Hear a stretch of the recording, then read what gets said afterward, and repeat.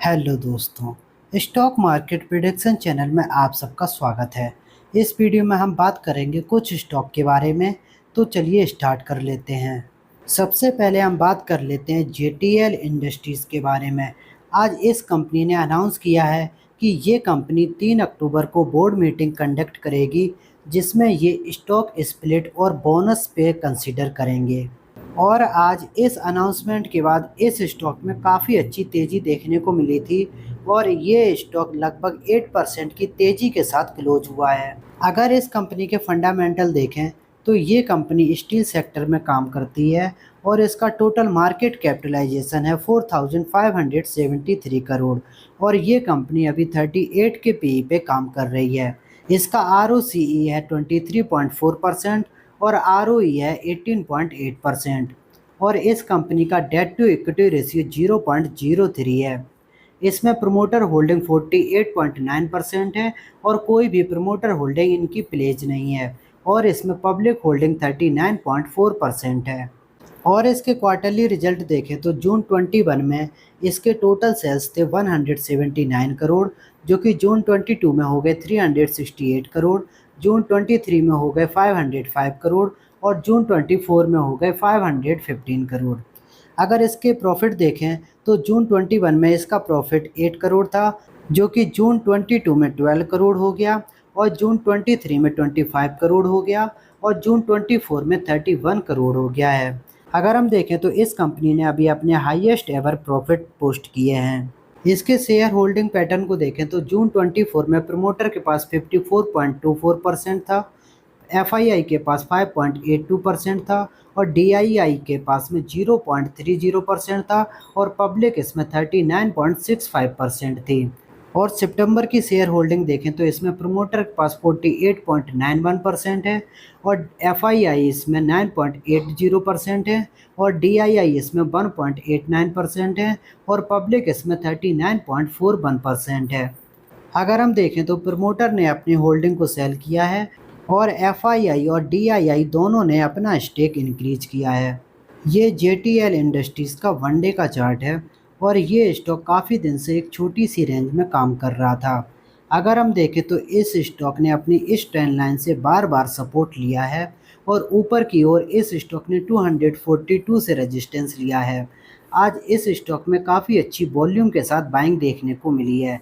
अगर ये स्टॉक 242 के लेवल का ब्रेकआउट करता है तो फिर इसमें 275 तक के टारगेट देखने को मिलेंगे और बाई चांस अगर ये स्टॉक अपनी इस ट्रेंड लाइन को ब्रेक कर देता है तो फिर ये स्टॉक वीक हो जाएगा और इसमें 195 तक के टारगेट देखने को मिलेंगे। अगला स्टॉक है बीआईपी इंडस्ट्रीज। इसमें न्यूज आ रही है कि विजय केडिया सर ने इस स्टॉक में 40 करोड़ के शेयर बाई किए हैं।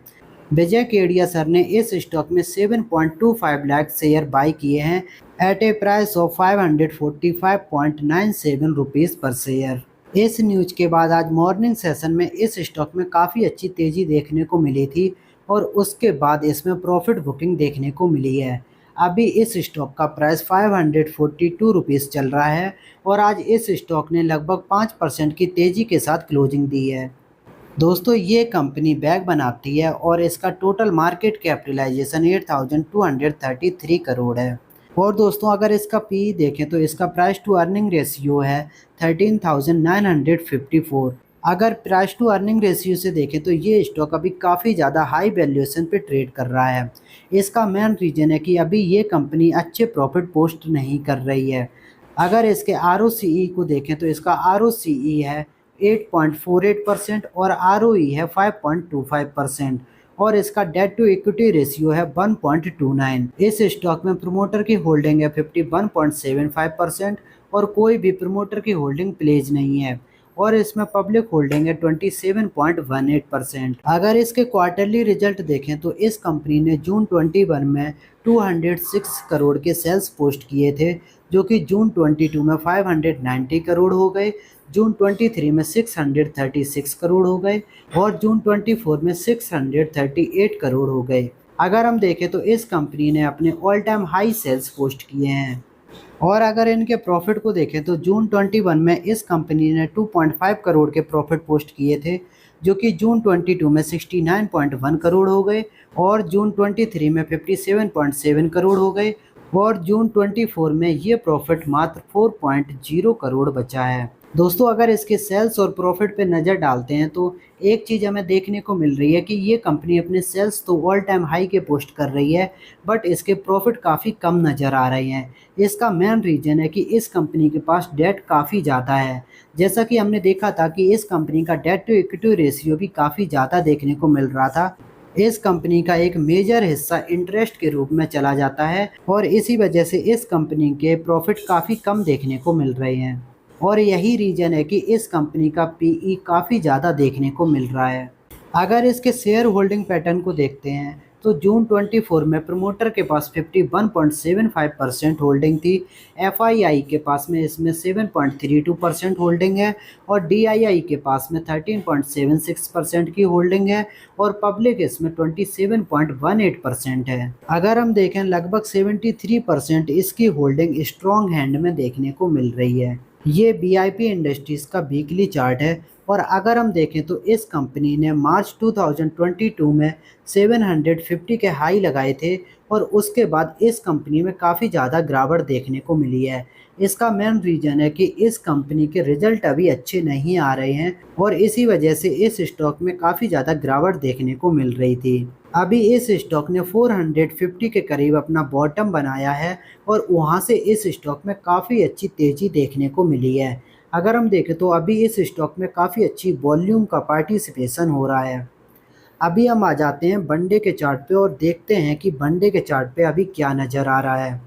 अगर हम देखें तो इस स्टॉक की अभी आरएसआई भी काफ़ी स्ट्रॉन्ग नज़र आ रही है और आज इस स्टॉक ने अपने रेजिस्टेंस 574 का ब्रेकआउट दिया है। अभी इस स्टॉक में 620 का एक और रेजिस्टेंस है। अगर ये स्टॉक अपने इस रेजिस्टेंस का ब्रेकआउट देता है तो फिर इसमें 675 तक के लेवल देखने को मिलेंगे। दोस्तों ये जितने भी बड़े इन्वेस्टर होते हैं ये कंपनी को काफ़ी लॉन्ग टर्म के लिए बाई करते हैं। अगर आप इस कंपनी को लॉन्ग टर्म के लिए सोच रहे हो तो फिर आप इस स्टॉक में जा सकते हो क्योंकि ये कंपनी लॉन्ग टर्म के लिए काफ़ी अच्छी है और अगर आप इस कंपनी को लॉन्ग टर्म के लिए होल्ड करते हो तो ये कंपनी आपको लॉन्ग टर्म में काफ़ी अच्छे रिटर्न बना के देगी। अगला स्टॉक है साफिर फूड।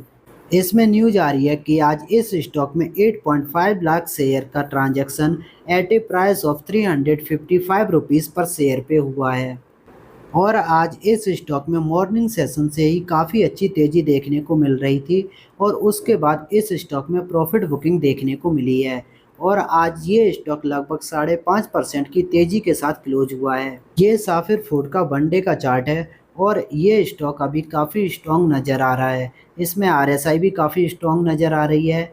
आज इस स्टॉक में काफ़ी अच्छी वॉल्यूम के साथ बाइंग देखने को मिली है और आज इस स्टॉक ने 400 के लेवल से रेजिस्टेंस लिया है। अगर ये स्टॉक 400 के लेवल का ब्रेकआउट देता है तो फिर इसमें 460 तक के लेवल देखने को मिलेंगे।